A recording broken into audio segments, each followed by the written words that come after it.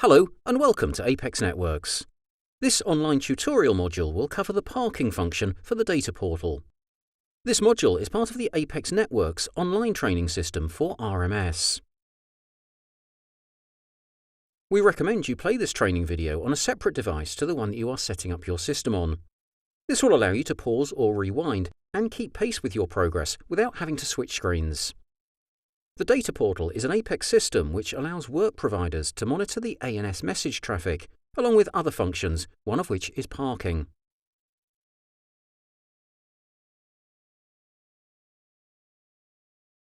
When you recover a vehicle on behalf of a club or work provider that has come back to your base for whatever reason, and then passed to parking in your RMS system, it will now show on their data portal.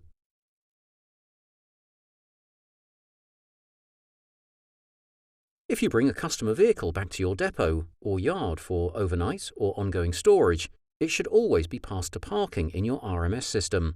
This allows you to have a clear audit trail of what you have done with a customer's vehicle during the time that you have had custody or control of it. This function is easy to set up in your RMS system. Simply go to the sales account for this work provider, and on the second tab, marked Recovery, go to the Job Notification section on the right. At the bottom of the list in this section, you will see a field marked Share Parking Jobs. When you tick this box, you will see a drop-down list of data portals that you will need to pick from. Here you need to select the data portal that is associated with the sales account that you are currently in. If you need to change the sales account in the parking job to bill a salvage agent or body shop, etc., this will automatically message the work provider in their data portal, which flags that this job is no longer associated with this sales account, and the work provider will assume that the vehicle has been booked out and collected from your storage facility.